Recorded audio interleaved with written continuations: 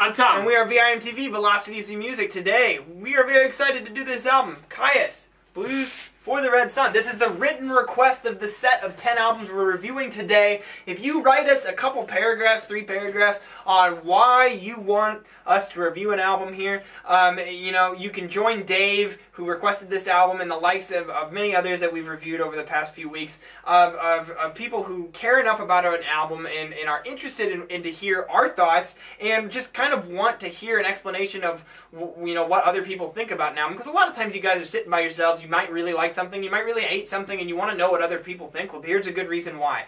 Because if you think that you have an album that would be worth reviewing, that's something that we might like or dislike or just want to hear our thoughts on, let us know why. Let us know what you think it can bring to the music community out here of other people, and what do you think about it, because that's also important too. If you write us a request, we pick the best request that we get every 2 weeks and we review it. That's just pretty simple. Pretty much a good way for you to get albums you like reviewed at VIMTV. So Blues for the Red Sun.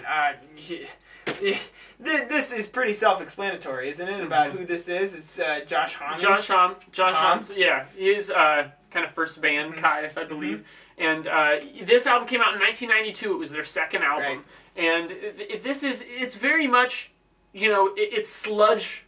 It's very sludgy, but it's also, you know, got these really move-in rockin' jams. It's definitely got, you know, some of that grunge influence, some stuff that was happening in the early 90s, which this fits right in on. It's just a little lower, a little darker even. I mean, you know, this is more on the Alice in Chains side of things than the Nirvana side of things. But at the same time, this doesn't really sound exactly like anything in the grunge scene. It's just got aspects of that. It's definitely much more acid rock than anything. And I know we don't like doing a lot of genres here, but the reason why I say acid rock is it reminded me a lot of Tool, which is very big in the whole heavy metal, kind of stoner metal or acid rock sort of. And what's interesting about this album that Dave pointed out to us that I think is one of the things that made it so interesting is just that, you know, they were so willing to experiment with the recording process. You get lots of very interesting guitar sounds, and especially with like the panning. Panning is everything. I can't think of which track it is, darn it, but I think it might be track 6, Apothecaries Weight, where the guitars are like center for a long time, and then all of a sudden you've got multi-track guitars, hard panned, and when that switch happens, man, you notice it, and it is huge, and I love people that do stuff like that. Also, a lot of the guitars, I guess, were recorded out of a bass amp. It's just to get maximum overdrive and distortion and that low end, and it sounds dirty as hell. Yeah, it's and awesome. what's great is that, you know, Josh Homme did that, and it kind of put him on the map as a guitarist. He's done great things since then, and has been in a lot of great in fact, all these guys have really gone off to do a lot of different projects and are big players in the heavy music scene since, you know, 1992 when this thing came out.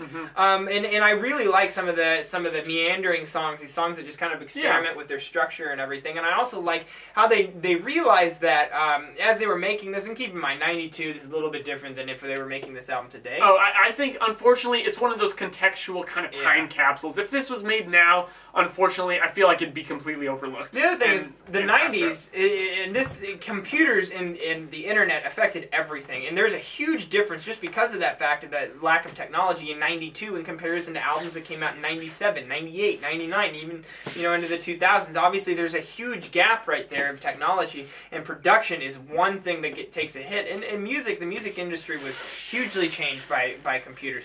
This, you know, you have a lot of these songs, especially on the back half, where they're getting these more experimental songs, are going everywhere, they're doing lots of things with them, and they know that the songs kind of all sound the same, or are doing similar things, even though they're very experimental. The general sound is very similar song to song. So what they do is they throw these little, very short transition pieces in between them, which I thought was kind of really works. I thought they did a good job of just having the clairvoyance of knowing that they were going to need to do that. And it was a good call on their part. I think it helps break the album, helps the album flow a little bit more. Nonetheless, Tom, one of the things that I didn't like about this album is how I feel it's much more front heavy than back heavy. I feel like the front half is where they put all their solid songs. And then the back half just kind of experiments and roams all over the place. And just covers some territory, just sees what they can do. It kind of flexes their muscle a little bit.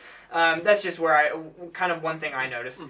Now, one thing is, I want to say, I really didn't like this album at first, actually. Yeah, me either, to tell you the truth. It took a lot of growing on me. I had to listen to this a lot of times, and one of the things is the vocals. And I want to address the vocals real quick, because this guy has a very, very grungy kind of voice, but sometimes it sounds a little fake to me. Now, the vocals, by no means would I say they are terrible. They're not bad. They're definitely my least favorite part of the music, but, and one comparison I'll make for this point is like the band Dream Theater. Well, these guys don't sound like Dream Theater. The vocals operate the same way they do for me for Dream Theater, and that is that they're my least favorite aspect of the band, but it doesn't really ruin it at all because they're not even there enough to ruin it. I mean, there are a few spots where they bother me, but the thing is, they're not even in, like, a lot of these songs. And it's just kind of the jam outs, and the jam outs are the highlights. And then every now and then again, you have the vocals come in just to bring that intensity and really anchor this album down. And I like that. I like that it plays more that function within the music rather than being the focus, because honestly I think that the vocals, if they were the entire focus of this album, it would not be nearly as good as it is. Plus, the way that they were produced, they're a little bit lower in the mix, and while this did influence a ton of rock vocals that, honestly, I don't like. And I think it works better here because it's a little lower in the mix. It's not the focus. The focus is the instrumentals, and that's what's most important because the instrumentation on this album is fantastic. Yeah. And I also, one other criticism I wanted to throw out there is I feel like sometimes the jam outs and just the songs in general, especially on the back half, this is why I favored the front half over the back half, was less focused. I feel like it just kind of meandered. It was a little indulgent. I feel like they could have just cut some of those songs out. They could have cut 2 or 3 songs out of this album, especially the ones on the back half. And you know, this thing's like in the 50-minute range. You could push it down to 45 with the amount of ideas that you know, it's like they already accomplished enough. They accomplished everything in 40 to 45 minutes that they did in the 50 to 55 minutes that the album actually takes place. And those 1 to 2 songs they could cut off would make a huge impact. And I just gotta say, some of the songs like the track 1, the opener, Thumb, Green Machine, and Thong Song, it just provides such a just dynamic, just intensity that you have to just take in, and after a few times you realize that these guys are able to just control their sound way ahead of their time as far as that goes, and that's something I was very impressed with. I'm feeling a 75. I like this album. I put it in the good range. There's a few things I would change about it to make it kind of a stronger album listen, but overall a great sound and a great just performance in general for rock music and a rock album. I'm going to go 77, and I want to throw the disclaimer out that I got up to there, you know, after 5 or 6 listens from probably like a 60. So who knows if it'll go higher for me over the years. That's just where I'm at I do agree with you. I like this each and every listen more and more. So I think that the fact that it's a grower and after multiple listens I like it more and more, that's always something that you guys should hear when we say that. That's something that's a good trait about an album and something that's worth listening, especially if you're a patient music listener and are willing to give albums a few tries to really sink in. Go for it. If you're one of those people that just listen to something once and go, not for me, just stay away from this one, I would say. Stick to the ones that let. If you like growers, this is it. What did you guys think about Kyuss? What's your favorite Kyuss album? And what's your favorite track on this album? Did you agree, disagree? Tell us why. www.velocitiesinmusic.com, youtube.com/velocitiesinmusic. Follow us on Twitter, like us on Facebook. That's where we get a lot of the chatting going on. And definitely check out our friend Ian's Tumblr blog, representing VIMTV, doing some written reviews, and also providing our blog service and finding out what's out there new in the music industry. I'm Jake. I'm Tom. And we are VIMTV, moving music critique forward.